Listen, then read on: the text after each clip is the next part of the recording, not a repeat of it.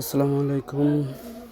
বাড়িতে বসে বসে বোর হয়ে গেছি দোকানদারি করতে করতে। ভাবলাম একটু মাছ মারে আসি, তাই মাছ মারতে চলে গেলাম নদীতে। তা প্রচণ্ড রোদ, ছাতা টাঙালাম। মাছ মারার প্রস্তুতি নিয়েছি, চার করা হয়েছে। দেখা যাক মাছ মারতে পারি কিনা। ছিপটা গোছানো ছিল, সেগুলো ছাড়াইলাম। ছোটা ছিপ অনেক বড় হয়ে গেল।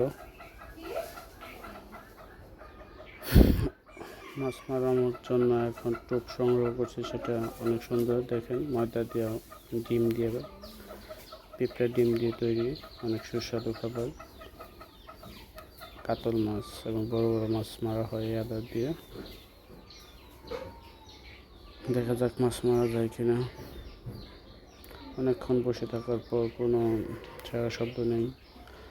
নদীর পানি ঘোলা, পানি বাড়তি, তার জন্য মনে হয় মাছ মারা যাচ্ছে না। তারপরে বসে আশায় দেখা যাক।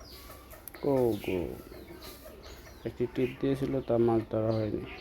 ভালো থাকবেন, আবার দেখা হবে।